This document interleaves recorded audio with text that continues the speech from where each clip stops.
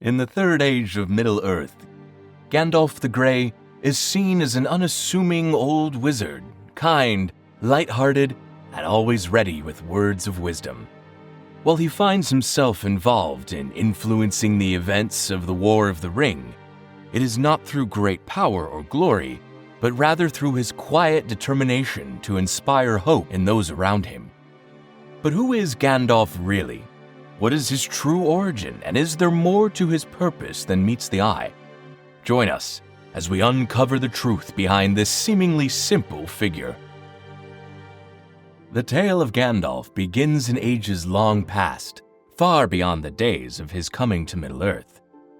His journey traces back to a time before the descent of the Ainur, when he was called Olórin.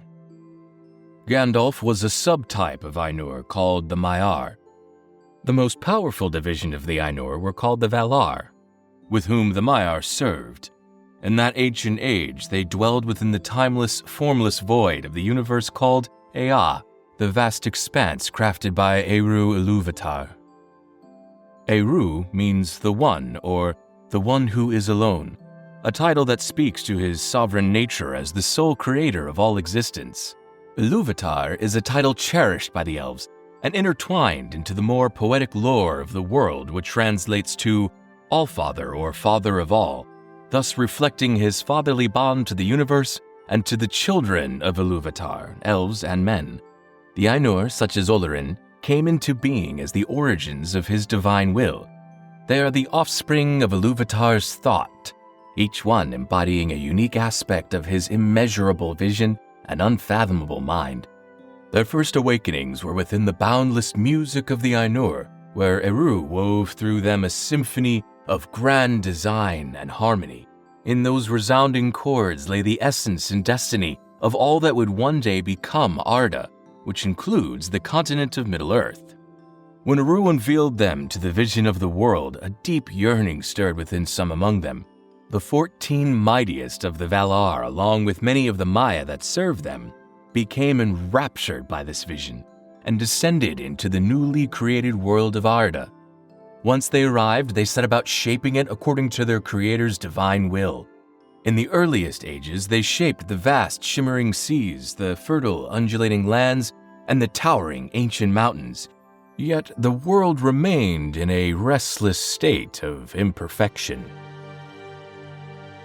The earth groaned. For Melkor, who would later come to be known as Morgoth, stood in defiance of the efforts from the very beginning.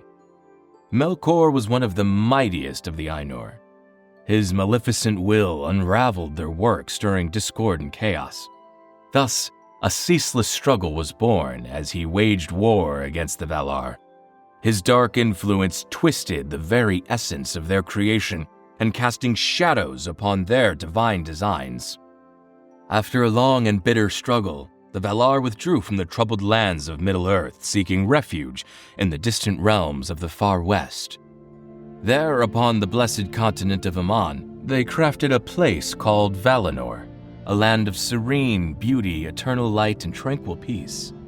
This sanctuary is later known to the elves and men as the Undying Lands.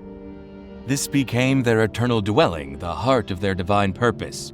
And this is where we eventually see Frodo and some of the elves sail towards at the very end of their journey. In Valinor, free from the ever-looming presence of the Dark Lord, the Valar could watch over the world, safeguarding its future and preparing for the coming of the children of Ilúvatar, unhampered by Melkor's influence. Among them was a Maia spirit named Olórin, who is now known to some of the free peoples of Middle-earth as Gandalf.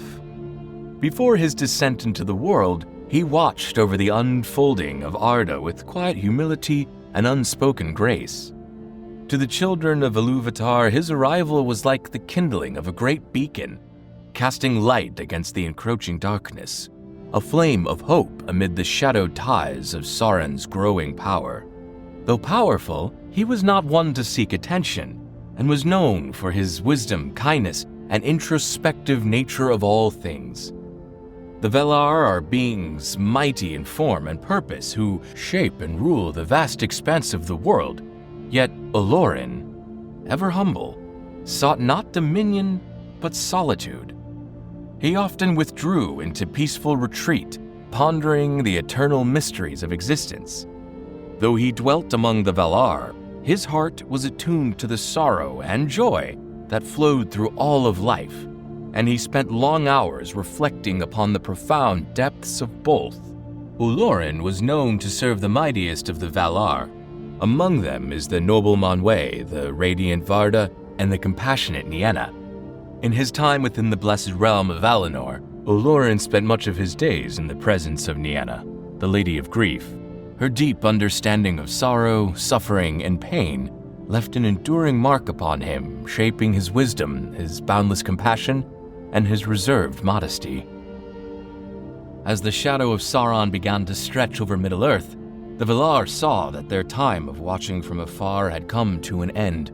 They could no longer remain passive in the face of such an overwhelming evil. It was then that they decided to send emissaries to Middle-earth, beings who could breathe life into inspiration and guide the free peoples in their resistance against Sauron's darkness. These emissaries were titled Istari, or perhaps more commonly known now as wizards. Among those chosen was Olórin. However, when he was called upon, he hesitated. Despite his great wisdom and understanding, he felt fear. The power of the Dark Lord was immense, and Olórin doubted his own strength to confront such a force. He feared the plausibility of failure and the suffering that might come with it.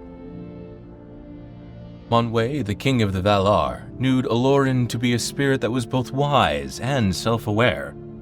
He recognized this fear was not born of weakness, but of his deep understanding of the fragility of life. In a world full of pride and ambition, Olórin's humility would be his greatest strength.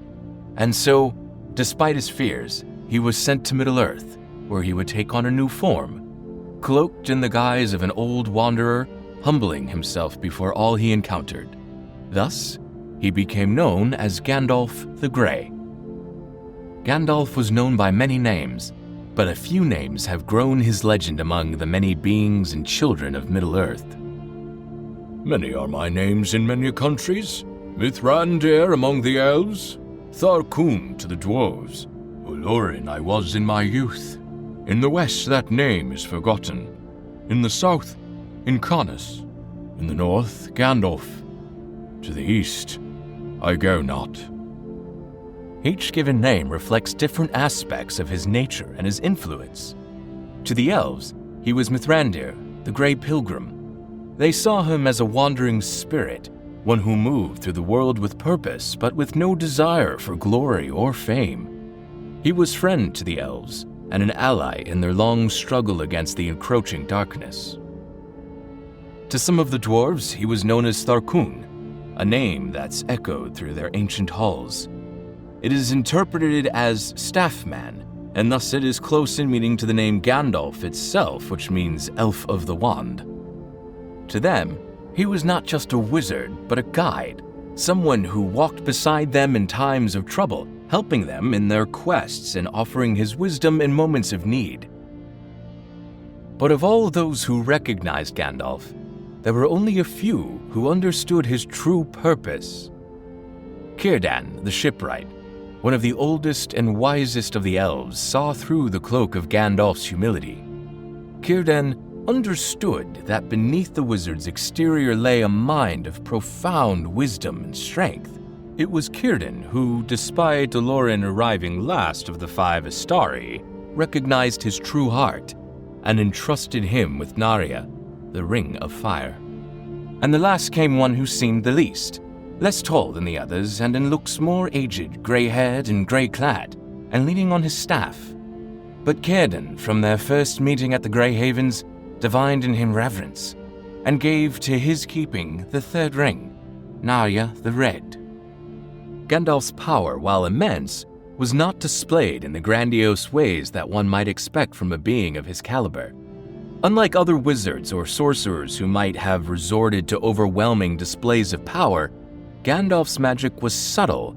It was often gentle and unassuming, but no less powerful for it.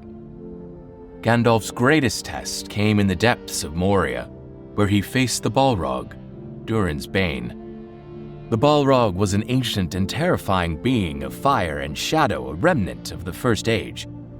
Gandalf knew that his confrontation with the Balrog could very well be his last. The battle between them raged, from the bridge of Khazad-dûm to the peak of Zarak-Zigil, with Gandalf using all his strength to fight the creature that not even Sauron himself could bend to his will. In the end, Gandalf prevailed, but at great cost. As he fell into the abyss with the Balrog, Gandalf's physical form was destroyed. Yet, this was not the end of his journey. The Valar, recognizing his sacrifice, sent him back to Middle-earth, now reborn as Gandalf the White. In his new form, Gandalf was freed from many of the limitations he had previously faced and was given new strength to confront Saruman the traitor and to unite the free peoples in their final stand against the Dark Lord. Gandalf's mission did not change with his transformation. He fought not to rule, but to serve, whether in the tranquil moments with the hobbits of the Shire or on the grand fields of battle. Gandalf's purpose remained the same: to guide others, to inspire them, and to help them realize their potential in the face of overwhelming darkness. Though his physical form was but a temporary vessel, the spirit of Gandalf endured. His legacy would be carried on by those he had nudged along the way, those who had learned from his wisdom and empathy. And in the end, Gandalf's greatest gift to Middle-earth was not his power, but his example. An example of how humility, wisdom, and selflessness could change the world. If you enjoyed exploring Middle-earth's history, don't forget to like and subscribe to the channel for more deep dives and discussions on Tolkien's universe. Thanks for watching, and see you on our next adventure.